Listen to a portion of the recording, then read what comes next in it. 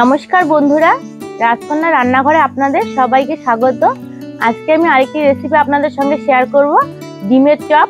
দোকানে যেরকম ডিমের চপ আমরা খাই সেরকম স্বাদেরই ডিমের চপ বানিয়ে দেখাবো আপনাদের। তো দোকানের চেয়ে এই চপ বাড়িতে বানালে অনেকটা স্বাস্থ্যকর হয় আর খুবই সুস্বাদু হয় খেতে। আপনারা শুরু থেকে শেষ অবধি ভিডিওটি দেখতে থাকুন, আশা করি আপনাদের ভালো লাগবে। আর ডিমের চপ বানানোর জন্য এখানে আমি কিছু আলু আর 5টা ডিম সেদ্ধ করে নিয়েছি আগের থেকে। এখন আমি ডিমের চপটা বানানো শুরু করে দেব। আর ডিমের চপে দেওয়ার জন্য এখন আমি কিছু মশলা শুকনো খোলায় ভেজে নেব। তো এখানে আমি নিয়েছি 4টা শুকনো লঙ্কা, 1 চামচ মৌরি, 1 চামচ গোটা ধনে, আর কয়েকটা নিয়েছি ছোট এলাচ, আর 2 টুকরো নিয়েছি দারচিনি, আর কয়েকটা গোলমরিচ, আর 1 চামচ নিয়েছি আমি গোটা জিরে। সবগুলো মশলা একসঙ্গে আমি শুকনো খোলায় ভেজে নেব। শুকনো লঙ্কা, ছোট এলাচ আর দারচিনিটা আমি আগে দিয়ে দিয়েছি। এগুলো অন্যান্য মশলার তুলনায় একটু সময় লাগে ভাজা হতে। এগুলো তো আমি ভেজে নিয়েছি, এখন সব মশলা দিয়ে দেব। মশলাগুলো ভাজা হয়ে গেছে, এখন নামিয়ে নেব।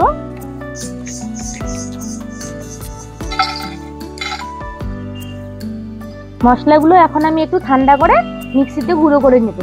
এখন কড়াইয়ে দিয়ে দিচ্ছি সরষের তেল। তেল গরম হয়ে এসেছে, তেলের মধ্যে দিয়ে দিচ্ছি রসুন কুচি, গ্রেট করে রাখা আদা আর কাঁচা লঙ্কা কুচি। একটু ভেজে নেব। রসুন আর আদা কাঁচা গন্ধ চলে গেছে, এখন আমি এতে দিয়ে দেব পেঁয়াজ কুচি।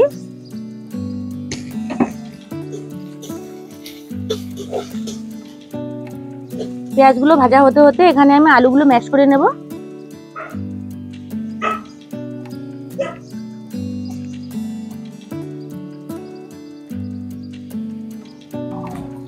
পেঁয়াজগুলো ভাজা হয়ে গেছে, এখন আমি ম্যাশ করে রাখা সেদ্ধ আলুগুলো দিয়ে দেব।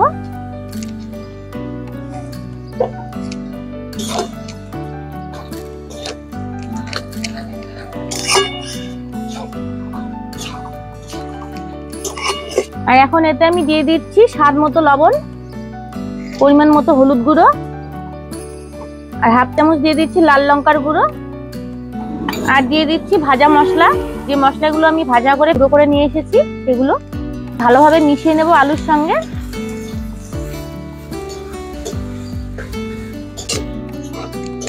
মশলার সঙ্গে ভালোভাবে মিশিয়ে নিয়েছি আলুগুলো, আর আলুগুলো ভাজাও হয়েছে ভালো মতো। এখন এতে আমি ধনেপাতা কুচি দিয়ে দিচ্ছি।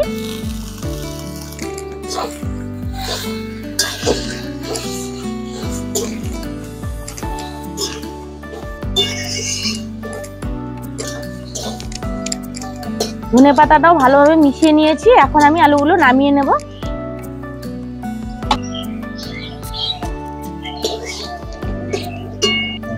এখন এগুলোকে আমি একটু ঠান্ডা করে নেব। এখন এইদিকে আমি একটা বেসনের ব্যাটার তৈরি করে নেব। বেসনের মধ্যে দিয়ে দিচ্ছি স্বাদ মতো লবণ, একটু হলুদ গুঁড়ো, লঙ্কা গুঁড়ো, আর 1/2 চামচ দিয়ে দিচ্ছি ভাজা মশলা।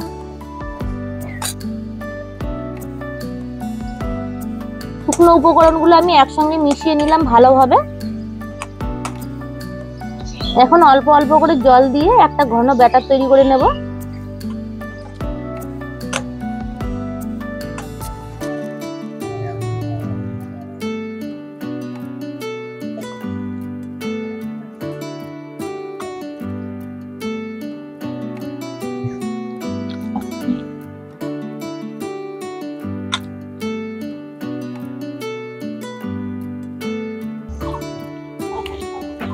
এখন এভাবে বেসনের ব্যাটারটাকে আমি 5 মিনিটের মতো ফেটিয়ে নেব।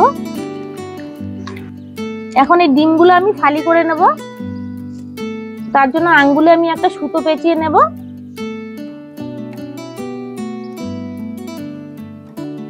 যে এখন আমি ডিমটা এভাবে নিয়ে যে একটা সুতো দিয়ে এভাবে আমি ডিমগুলোকে 2 ভাগ করে নেব।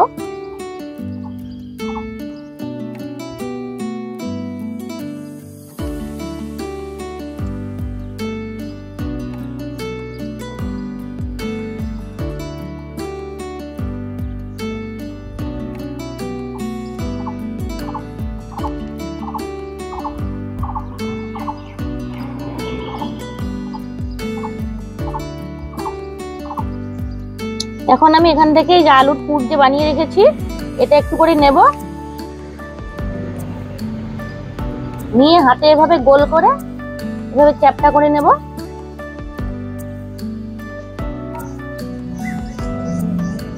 তারপরে ডিমটাকে আমি এভাবে বসিয়ে দেব এখানে, তারপরে এভাবে ফোল্ড করে দেব।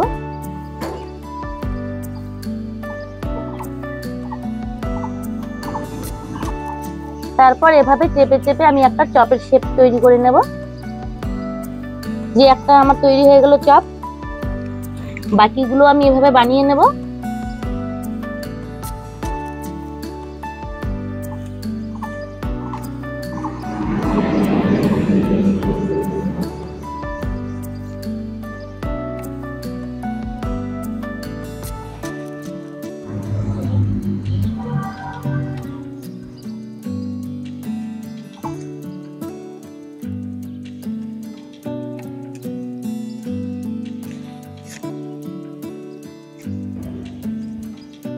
আর ডিমের চপের এই আলুর পুরটা আপনারা যতটা ভালোভাবে বানাবেন চপটা খেতে ততটাই টেস্টি হবে। সমস্ত চপের শেপ আমার তৈরি করা হয়ে গেছে, এখন এগুলো আমি ভেজে নেব। কড়াই গরম হয়ে এসেছে, কড়াইয়ে দিয়ে দিচ্ছি সাদা তেল।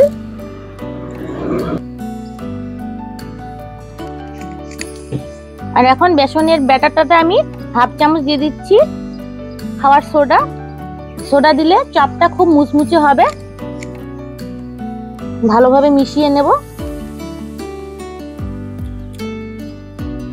এখন চপগুলো আমি এই বেসনের ব্যাটারে এভাবে ডুবিয়ে নেব।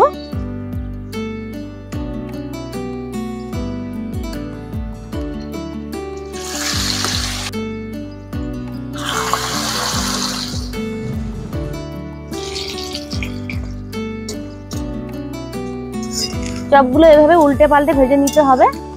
চপগুলো হয়ে গেছে, নামিয়ে নেব।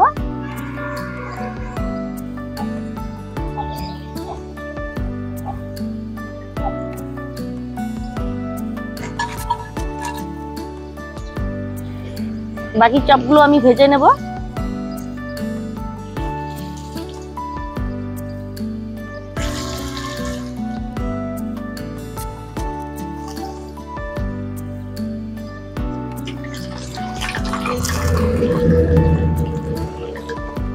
দেখুন চপগুলো কত সুন্দর হচ্ছে।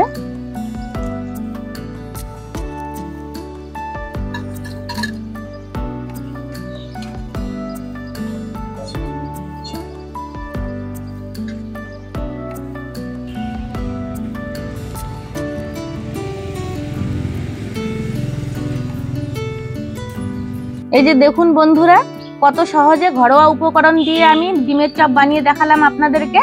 এভাবে আপনারাও বাড়িতে বানিয়ে খাবেন, দেখবেন খুবই ভালো লাগবে খেতে। তো আজকের আমার এই রেসিপিটি আপনাদের কেমন লাগলো কমেন্ট করে জানাবেন। ভালো লেগে থাকলে লাইক করে দেবেন, শেয়ার করে দেবেন। আর আমার চ্যানেলটিতে নতুন হয়ে থাকলে চ্যানেলটিকে সাবস্ক্রাইব করে দিয়ে আমার পাশে থাকবেন। তো ভিডিওটি এখানে শেষ করছি। সবাই ভালো থাকবেন। দেখা হচ্ছে পরবর্তী কোনো রান্নার ভিডিও নিয়ে।